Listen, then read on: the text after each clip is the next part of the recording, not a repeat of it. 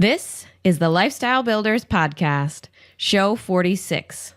A throwback. 3 guest episodes you need to listen to. Are you frustrated by a lack of momentum in your business?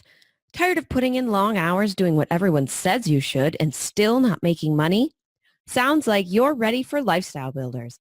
We'll help you get back on track, taking action, and seeing results. Head over to joinlifestylebuilders.com today to get started. All right, everyone, welcome back to the show. We've got a little bit of a change up, a switch up. I feel like change up is baseball, right? Or no, hockey. Man, don't. I was going to say, we better just stop right now. You were just digging a hole.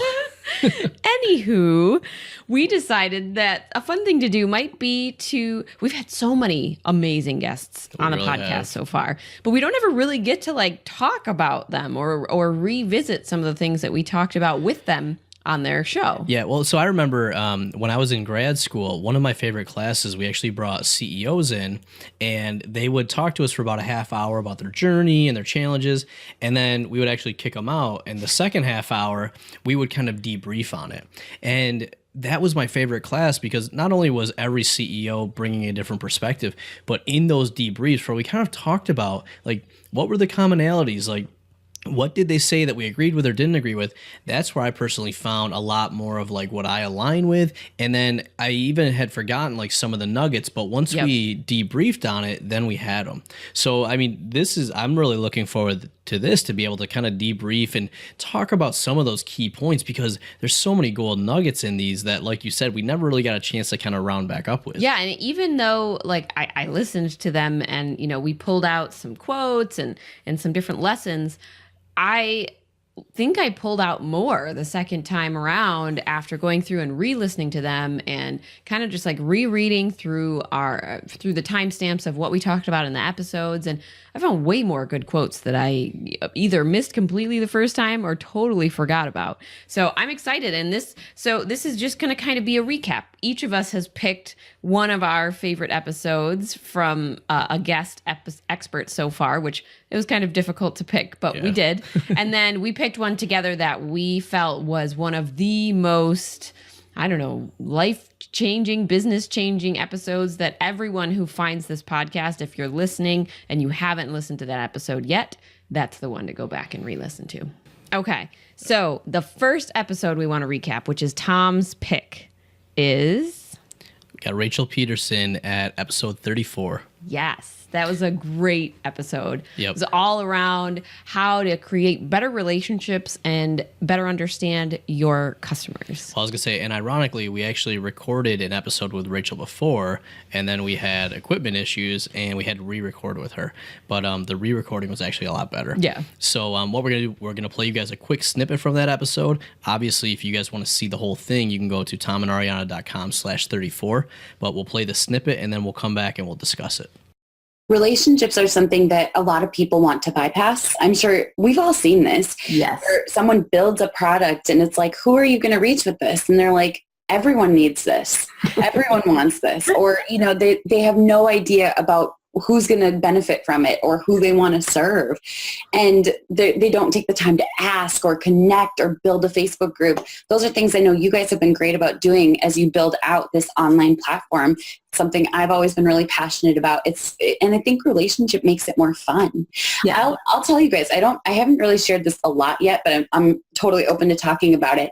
One of the craziest things when, at Funnel Hacking Live, I received that 2cc award was that when I got up there, it wasn't that amazing feeling that I was thinking it would be. I was thinking I'd walk up there and be like, ta-da, I have made it. Everything is great. But it was kind of like Michelle Lewis gave me a great example, a great metaphor for it, or a great analogy. And it's like when you walk up a mountain, you climb a mountain, and you're on this amazing journey, and you get to the very top by yourself, and you're like, there's nothing on the top of the mountain. Whoa. And so one of the things that I quickly dove into after FHL was how do I strengthen my relationships? How do I make sure I'm bringing people up the mountain with me? How do I make sure my team feels like they're right alongside of me and we're having fun? And the journey is fun with people. There were moments where I definitely lost sight of that along the way. All right. That was, I think, one of my favorite parts of Rachel's episode was when she talked about the analogy of the mountain and how winning that 2 Comma Club award, getting to that $1 million in her business, she thought she was going to get to the top of the mountain and say, ta-da! And then she did that, got to the top of the mountain, she got that award, and she turned around and realized how lonely she felt because she was up there by herself. She hadn't kind of brought everyone else along with her. And I think that was a really important analogy that she shared with us because so many people don't think about that. They see like the reward at the end of the race, you know, they're like, I got to get there. I got to get there. And if you forget along the way why you even want to get to that end result, then you often end up alone or unhappy, and it's not really what you thought it would be. Yeah, well, and it's also, too, why we focus so much on planning, and not just business planning, but also your life. Yep. Because unless you know why you're doing it and you're enjoying it along the way, we find so many people end up in that situation. And it was so, I mean, we've known Rachel really from before she started her business. So we've seen the ups and downs, the pivots, the successes, the failures. And what I think is so great is obviously she's done a lot in a short amount of time, but being able to see her grow through that, and even growing now, like she had, you know, just had another child, and she Well, went that was from the biggest difference between the 2 episodes we recorded. The first episode, she was still pregnant and hadn't had that huge shift in her thinking. So when we re-recorded after we lost the first one and we recorded the second one, it was amazing how our conversation shifted, and it was amazing to watch. Yeah, well, she went from all-nighters like all the time to like not doing them anymore. I mean, even since the episodes come out, she's shifted things, so she's working a much more normal schedule. Well, and she's built her team up around her. Absolutely. I mean, she already had a team before, but after that realization that she had about being on the mountain, and then also after having another child and realizing that she needed to step away for her family, she put a lot more faith and trust in her team to be able to step up and do what she needed them to do in the business. And for her to be okay with that and to step away from things was a huge, I think she's such a natural leader. Yeah, well, and you know, part of it too. So the whole episode was around like relationship marketing, building relationships. And I love the fact that we got into this because it was a complete side tangent. But it was, I would say, the most valuable thing. Like, you know, and we did talk about relationship marketing, and she talked a little bit about, all right, if you haven't been doing that, if you haven't been building relationships, a little bit of how you get that trust back. How you can turn it around. Yeah. And, you know, because there's a lot of people that don't even realize that they've missed out on that. And once you start, and it can be scary to say, okay, well, I've gone down this certain path. Mm-hmm. How do I suddenly make the change and start doing it? So she gave some really good strategies around that. Yeah. And speaking of strategies, one of the things we talked about was the big push in the market for tactics, all these tactics that everyone's out there touting like, oh, well, no, you really just needed to be doing this. And here's my free guide or my course that you can buy to teach you how to do this one thing and grow your business. But what she talked about is a lot of these people are sharing just that one tactic, or people are only seeing that one tactic in whoever they're following, and they're missing out on the underlying strategies that those people are using with that tactic. And that's what's making it successful. So it's just to be cognizant of that as an entrepreneur, because it may not work for you if you don't understand how they're using it and in what strategy they're even using it. Yeah, and that's one of the biggest challenges is that there's a lot of people there's a really good quote out there, and I am going to totally butcher it, so I'm not even going to try to do it. But basically it says, you know, strategy without tactics runs into these issues, tactics without strategy run into these issues.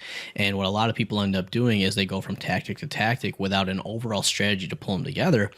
And that's why they run into so many problems. So it's always strategy first, and then the right tactics to help support your strategy. Yeah. And I think that is part of why everyone loves her so much, is because she's very authentic and transparent about these types of things.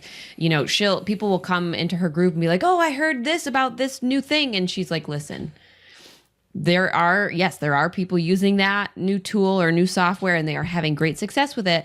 But, you know, I've looked at it, my team has looked at it, and you would have to be doing all of these other things in the back behind the scenes in order for that to work for you. So I would say maybe you're not ready at this point. Or, she'll say, no, it's not really the best tool and you don't need it. You can do it just with this simple way.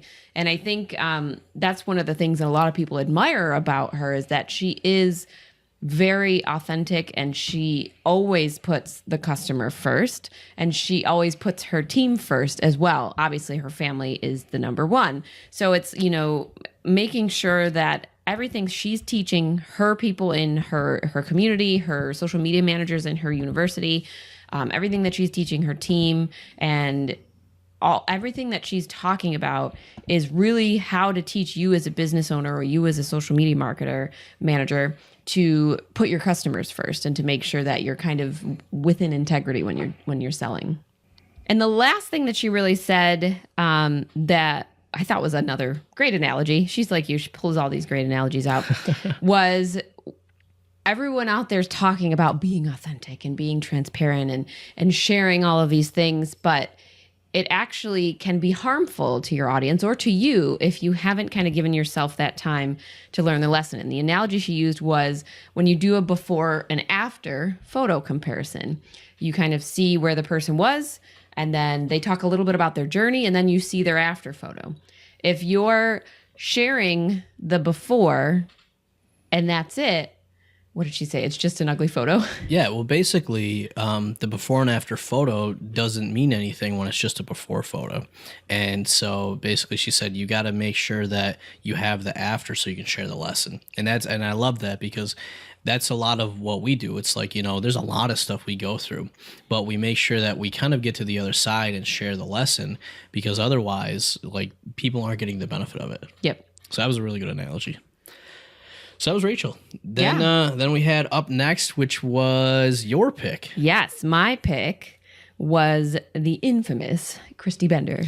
And she was show number 30. And of course, we talked all things tax strategy, tax planning, how to manage your money in your business. What is her term? Now I can't think of what she says. She always has a saying around like how little numbers in little boxes no, about not things. that one. She has a lot of good sayings. Another episode, funnily enough, this is another episode with a ton of analogies and lots of quotes.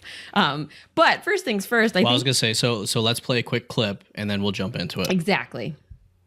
Let's say that we have a business owner, and after their expenses, they're bringing home from their business $80,000. So they've proven that they know what they're doing. They've proven they can sell it. They've got some kind of loyal following. This probably wasn't a one-time wonder. And now they're like in search of that elusive six figures. Mm-hmm. Or, if they've hit the six figures and they're at the 120 mark, they're trying to get to 150. If they're 150, they're trying to get to 200.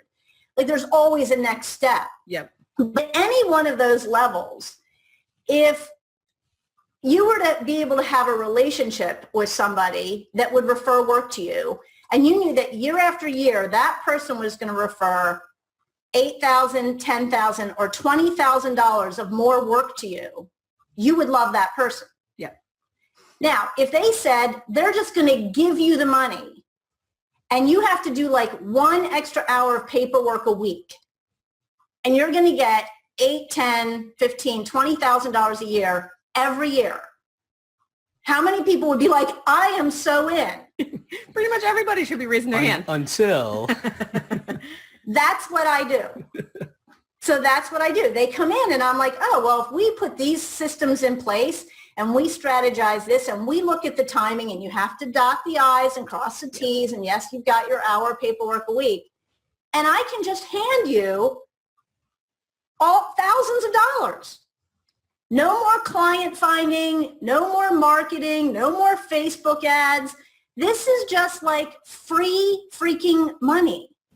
All right. So all things business aside, obviously you can see that this episode, we had a great time with Christy. She's funny. She's witty. She's willing to say the things that a lot of people out there aren't willing to say. She's not your average CPA. She's not your average CPA. So it was a really fun episode for us to shoot. And she was a great guest to have on the show. One of my biggest takeaways was being proactive instead of reactive when it comes to your business and the money in your business. Because honestly, you can't change much once it's already happened. Well, that's a big challenge people have when they avoid looking at their money and they avoid their taxes, and it's only a once a year thing. It's like, well, that year already passed. If you didn't make good financial decisions, if you didn't put some strategy in place for what you're going to do tax wise, you definitely still have to go to a CPA because they're going to help do whatever they can, but they can only help like with 10% of what they could help you with. Whereas if you came and kind of map that strategy out ahead of time, then they can help you with 100% of it. So like that's huge. And I don't think a lot of people realize that simply by being a little more proactive, you can actually make a lot more, save a lot more money than what you'd be paying in taxes. Well, and there's so much stigma around taxes. I feel like most people shy away from that word because it's seen as a scary term. Like, oh my God, taxes. Oh no. But it really, it's an unnecessary, it's a necessary evil. If you're looking at running a business, obviously this is something that you're going to have to deal with.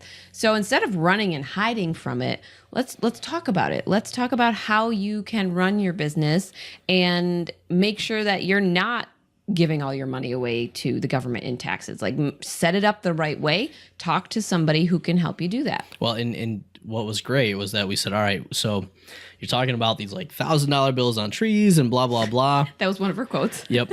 And so we said, well, what are some of the very simple things that every business should be doing? And so she gave us a couple of them. The first one was to stop commingling funds. And so hopefully your business is set up to where your personal life, your checking, everything is completely separate from your business. If it's not, that was her first thing, is basically saying, all right, open a separate checking account and keep your personal money separate from your business. Not only is this going to make your record keeping easier, but it's also going to allow you to actually save money on taxes, because if it's all mixed together, it's going to cost a lot more to figure out what goes where. And then when you're trying to take some of these deductions, it's going to be a lot more challenging, especially if the IRS comes back and does an audit. Exactly. There's more issues there. So keeping those things separate is going to make your life easier. Your business reports will be easier. And when you do work with your accountant, they're going to be able to actually save you more money. Yeah. And her second tip was a big one, which was get in touch with your numbers. So we talk about this all the time, but you can't figure out where you're going or how to get there if you don't know where you are now. Same thing with your finances. So whether it's your personal finances or your business finances, you have to be tracking that somewhere so that you have an idea of what it looks like. In order to change what it looks like, you have to know what your starting point is. Absolutely. And then her third one was to get a tax pro. And you might say, well, obviously, because that's her business, she would say that. But I mean, the reality... Is that how they would say it? That's exactly how people say it. They'd even have like the eyebrow thing going on. People are listening to the podcast, they're like, what is he talking about? Check out the YouTube video, you'll see it all. But yeah, I mean, at the end of the day, all tax professionals are not built the same. And you can even hear as you listen to this episode with Christy, there's some people that are just going to do your taxes. And, there's going to be some people that are actually going to sit down with you and help map out the strategy. And I mean, to be honest, like the little bit of money in comparison that you pay your CPA is going to be totally worth it. Nothing compared to what they can ultimately save you. I mean, for example, even like having the right entity type, taking the right deductions, and part of what Christy had talked about was just all these different deductions that are out there. Some people don't take them when they should be taking them, or they're not set up right. So, I mean, or some people are taking them incorrectly and then getting audited and having issues later on. Yeah, I mean, like there's a couple areas in your business where you absolutely want to work with a professional. And I mean, when it comes to legal, keeping you out of jail, and then when it comes to financial, keeping more of your money, those are two areas where you absolutely want to invest with professionals. For sure. And I think to close it out, my most favorite analogy was Christy's analogy is to how entrepreneurs are like horses. Yeah, this was interesting. I would not have guessed we would have gone there. No, but it made sense though, because she was talking about as a horse trainer, your first goal when you're in the ring with a horse is to get them to move. They're very stubborn and they don't want to do what you want them to do. So you get them to move. Then once they're moving, you get them to pick a direction. Say, I want you to go this way, or I want you to go that way.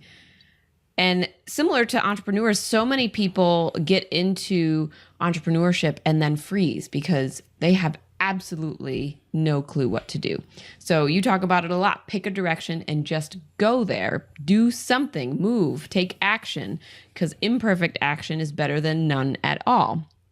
Then once you're moving, now you've got to figure out like what are the goals, what are the results you want so that you know what direction to go in.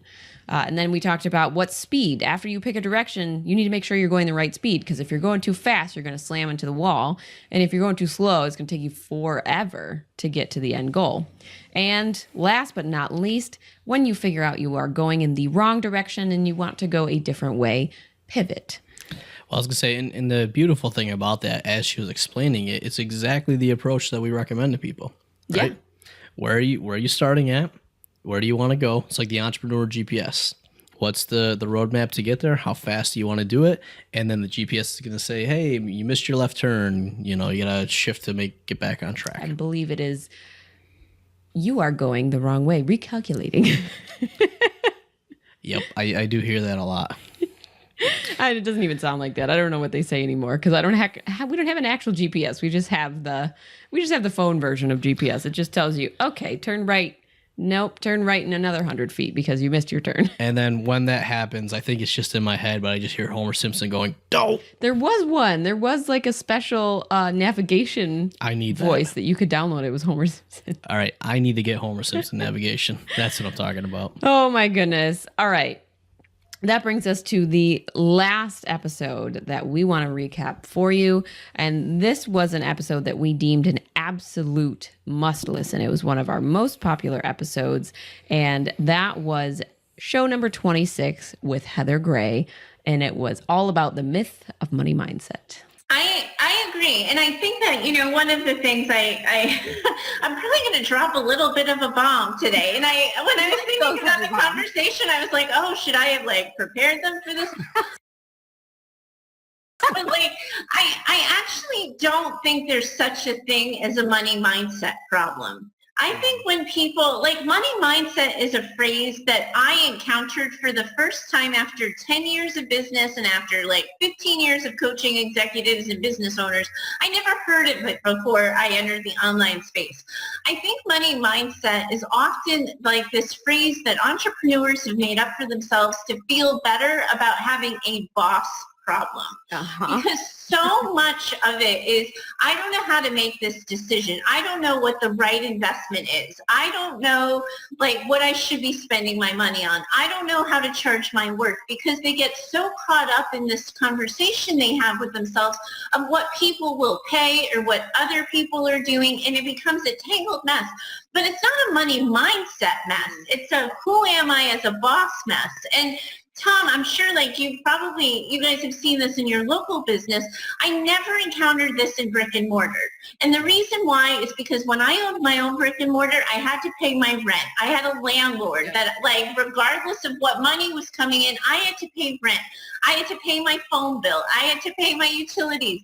So the barrier of entry for online business is so absurdly low. You really can do it for the cost of a monthly internet connection. And if you want to use free Wi-Fi, you don't even have to spend any money. So then what happens is people have skipped all of those foundational steps that we learned building businesses and suddenly are facing money questions. That's not a money mindset problem. That's a I haven't been educated yet problem, or I haven't learned how to make this decision for myself problem. So I don't know if I blew it all up. All right. So we played a short clip of that episode with Heather Gray. You can, of course, go and listen to the whole episode at tomandariana.com/26. But let's jump into some of the deep things that we got into with that episode with Heather. Yeah, well, the original title for the show and the focus was being the boss of your business. Something completely different. And so you'll notice that at the beginning of the show, we started talking about that. And then, in really good topic, but then we kind of shifted. But before we shifted, the one point that she made that I see all the time was not realizing that when you step into starting your own business, that you're the boss. Mm-hmm. And what we see a lot of people do, and I think she talked about it in the show, was I don't like my job, so I'm going to start my own business. And they kind of forget the fact that now you're the boss of that business and you're responsible for all the different roles. You know, so that was, I think, a really good thing that's worth repeating, to say, hey, if you're going to be an entrepreneur, I mean, even if you're going to build a side hustle, you're the boss of that, and there's certain ways that you've got to act. Yeah, yeah. I think we got into some talk about leadership, which obviously, when you're the boss of your business, you also have to step into that role of being a leader. Maybe not when you're a solopreneur, but as soon as you have team members that are coming into your team, and even sometimes as a solopreneur, I was going to say, I would even argue you should always be the leader in your business. Yeah, so you got to be comfortable with that role. And I think a lot of us have so much predetermined stories about what a leader is, because a lot of people come from corporate, and leadership in the corporate world looks a lot different. Well, and to be honest, so I did leadership coaching in the corporate world for a while, and most people there don't even know kind of what it really means to be a leader. And I think I mentioned in the episode, a lot of what I focused on was servant leadership. From my perspective, leadership is helping to set the direction. It's creating the right environment for success. It's putting the right pieces in place, and it's really doing whatever needs to be done to make it all work and come together. Whereas oftentimes, what we talked about is people have this disjointed view of what being a leader is. And I think part of it too is that as an entrepreneur, you get to decide what that is, which is a beautiful thing. Well, yeah, we talked about that with Heather a little bit, about you can change what your definition of leadership means for you. You don't have to follow other people and what they do as a leader, which I think is something that's tough to kind of take in and to accept. Yeah, well, and so I love, we had a lot of really good conversations about leadership in that episode. But the real crux of it, and I'm so glad we got into this topic, and I don't even think any of us planned to really get into this topic, was this kind of money mindset myth that, well, we called it a myth, but this phrase that you hear all over the place. And probably one of the most interesting discussions we had, and I was so glad she said it, because we've experienced the same thing. I have never heard that term outside of the online entrepreneur world. And we talk about it in depth in the episode, but it's any brick and mortar business owner, they don't have this money mindset problem, because guess what? They got bills to pay. They've got all this stuff they got to do. So they're not caught up in these things. It's I got to pay my bills. I got to sell my product. Let's go make it happen. And I think that was just such an important conversation, because a lot of this stuff comes up because there's such a low barrier to entry to starting an online business. And then as a result, you end up... It goes back to that talking about at the beginning, you at some point you realize you have to be a boss, and that's a scary thing that a lot of people aren't ready to do. So then you kind of start to identify with the money mindset things that people talk about. Well, I feel like I'm not charging too much, or I'm not charging enough, or I'm charging too much, or I don't know how much to invest in my business, and all of these things that a lot of people encounter.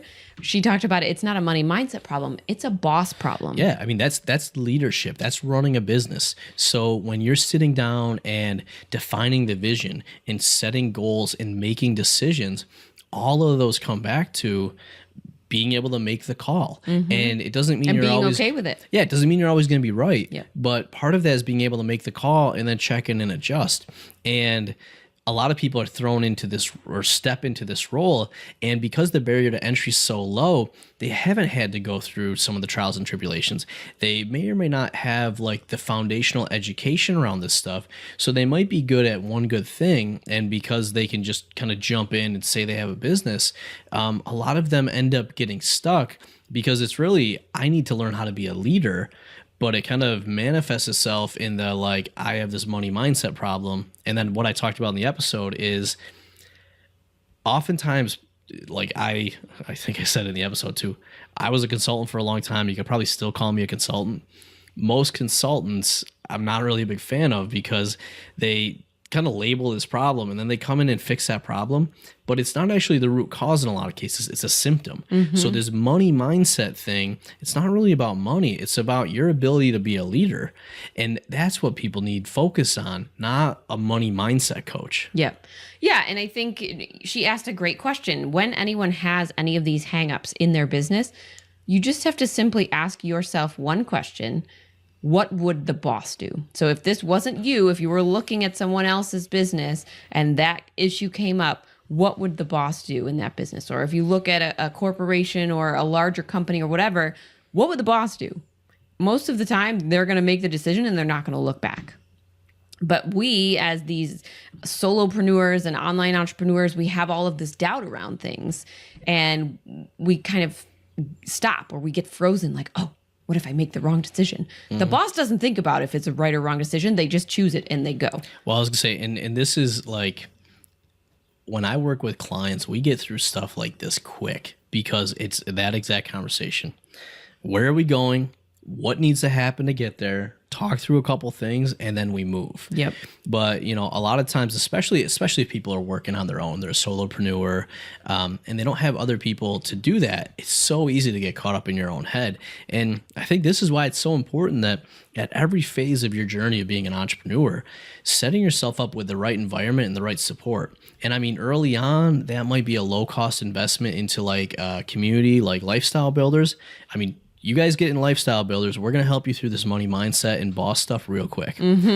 But then even as you progress, you're going to need different levels of support as you grow as a leader. And that's what a lot of entrepreneurs don't realize is that every step and every phase that you kind of shift into, your role as a leader changes. Yes. So it's very different when you're just a leader of yourself to now you're hiring your first person, you got a small team, to now you're hiring and you like the team doesn't even directly report to you anymore. Now you got a layer in between. And eventually you're hiring leaders that run departments. Every one of those phases forces you to grow as a leader. Yep. And you need support and guidance along the way. And when most people get stuck, it's because they don't reach out and get help to help them become the leader they need to be. Yeah. And I think it's the last thing I'll say is a lot of people struggle with stepping into that leadership role. And one of the things we always talk about is making sure you're staying in alignment with your values as you step into that role. Because a lot of people, like going back to the beginning, a lot of people think they have to act a certain way or think a certain way or do things a certain way as a leader. But the reality is you want to make sure that everything you're doing is always in alignment with your values, whether or not you're at the first level of leadership or the 10th level of leadership. Yeah, I mean, personal like core values are so important. Like we've gone through the activity. I mean, we've written out, if you're watching the video, we've got literally part of our manifesto on the wall. We've gone through, from our personal life as well as our business to find our core values. And it's not an easy activity to do, but once you really have clarity on that, it makes being a leader and making decisions so much easier because it's essentially a filter. Like the one we talk about all the time, our number one core values, do the right thing. So whenever we come to a decision in our business and we've got to act like the leader, the thing we go is say, okay, what's the right thing in this scenario? That might be refunding a client. That might be, doing something we don't want to do. But that then makes it very easy to, one, make a decision, and two, make sure it's in alignment with what's important to us. Yeah. All right. I was a couple great episodes. We obviously had many more guests, and it was a challenge to kind of break this down. Maybe we'll do some other ones in the future. But one of the things I want to hear is, out of all the guest episodes we've had so far, which ones have had the biggest impact on you guys as our listeners? So leave a comment down below and let us know, like, was it one of these three or, was it potentially another episode? And let us know why, because one of the things I always tell people, like when we go to conferences or when we're learning something, I always ask other people, what was your biggest takeaway?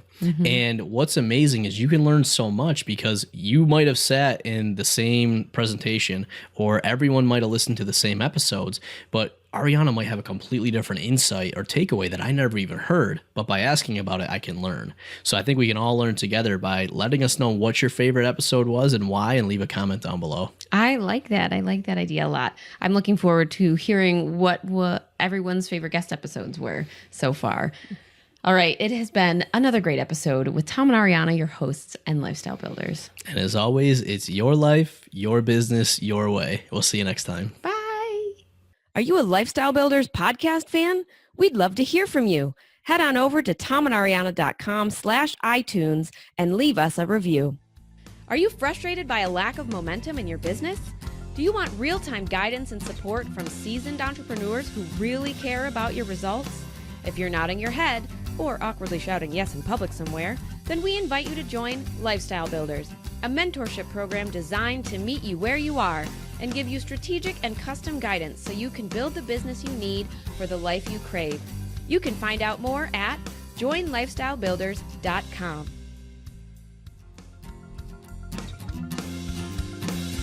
Your life, your business, your way. Join Family Entrepreneur Life. Join Family Entrepreneur Life.